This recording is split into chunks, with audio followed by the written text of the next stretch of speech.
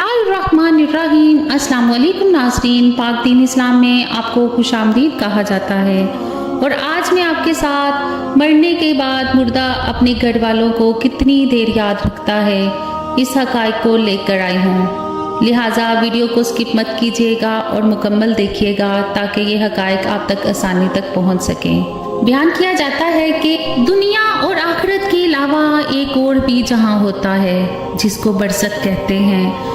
बरज़ख वो मुकाम है जहां मरने के बाद क़यामत आने तक रूहों को जमा किया जाता है। रूह जहां भी मौजूद हो वो हर एक रिश्तेदार को पहचानती है।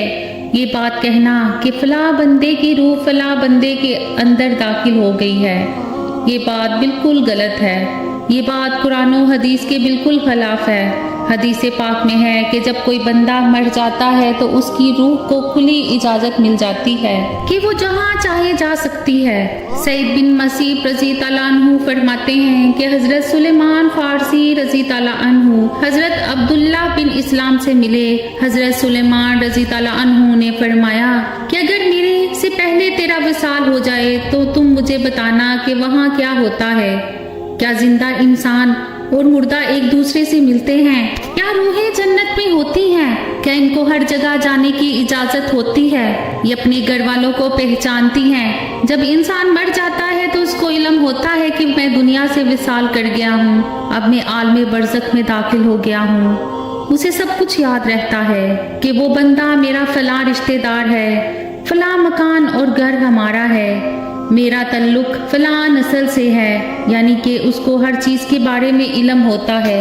जब एक इंसान मरता है तो वो हर चीज को देख रहा होता है, वो बोलता भी है, लेकिन उस वक्त उसकी आवाज दुनिया वालों को सुनाई नहीं देती।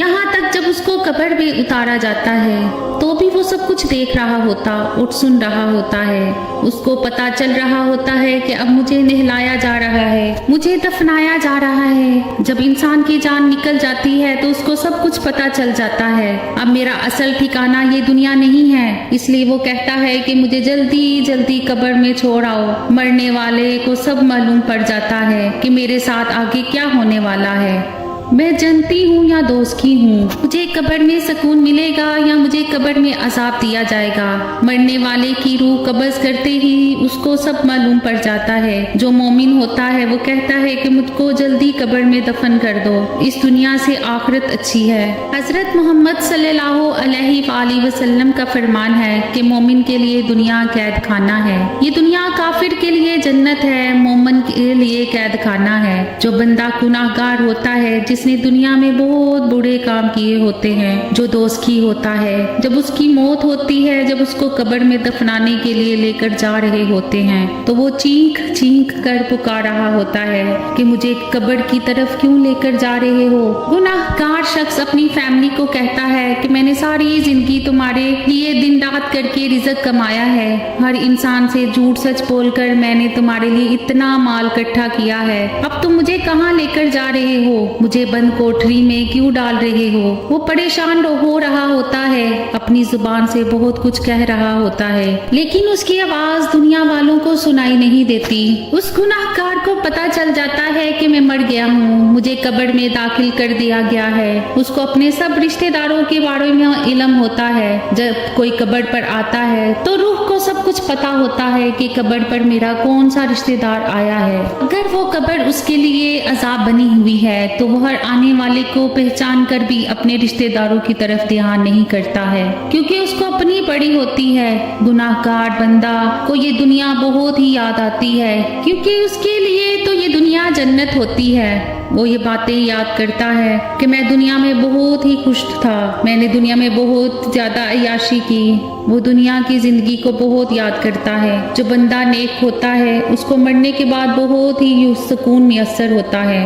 वो इस दुनिया से आखिरत की जिंदगी को ज्यादा तरजीह देता है, क्योंकि उसको वहाँ हर चीज मैसर होती है। नेक बंदे को कब्र में बहुत ज्यादा खुशी मिलती है, उसको जन्नती लिबास पहनाया जाता है। नेक बंदे को कब्र के अंदर तरह तरह की खुशबुएं मैसर होती हैं, उसको दुनिया की निस्बत कब्र में ज्यादा सुकून मिलता है। नेक बंदे को पता होता है कि उसका असल ठिकाना जन्नत ही है, वो कब्र में बहुत ज्यादा खुश होता है। कुछ नेक लोगों को तो कब्र में ऐसे सुला दिया जाता है, उनको ऐसे ख्याल रखा जाता है, उनका ऐसे ख्याल रखा जाता है जैसे नई आने वाली दुल्हन का ख्याल रखा जाता है। लिहाजा नेक बंदे को कब्र में बहुत ज्यादा सुकून मिलता है, उसको दुनिया की कोई परवाह नहीं होती। गुनाहगार बंदे को दुनिया बहुत ज्यादा याद आती है, वो कब्र की सख्तियां झेल झेल कर तंग आ जाता है। इन सब बातों का निचोड़ एक ही है कि जिस बंदे के अमल अच्छे होते हैं उसके लिए दुनिया कैद खाना होती है, उसको कब्र में सुकून मैसर होता है। जिस बंदे के अमल नेक नहीं होते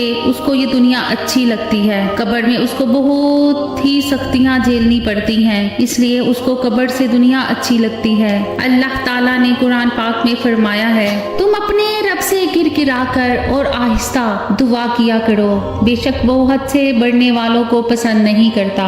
हजरत मोहम्मद सल्लल्लाहु अलैहि वसल्लम का इरशाद है कि मैयत की नमाज़े जनाजा पढ़ने वाले 40 बंदे हों जो अल्लाह ताला के सिवा किसी को इबादत के लायक ना समझते हों, तो अल्लाह ताला उस मैयत के हक में इन सब की सिफारिश को कबूल फरमा लेता है। दूसरी रवायात में है कि हजरत मोहम्मद सल्लल्लाहु अलैहि वसल्लम ने फरमाया है कि मरने वाले के नमाज़े जनाजा में 100 बंदे शामिल हो जाएं, वो इस बंदे के लिए उसकी मगफरत की दुआ अल्लाह ताला से मांगे तो अल्लाह उस मैयत के हक में उन सब की दुआ को कबूल फरमा लेता है।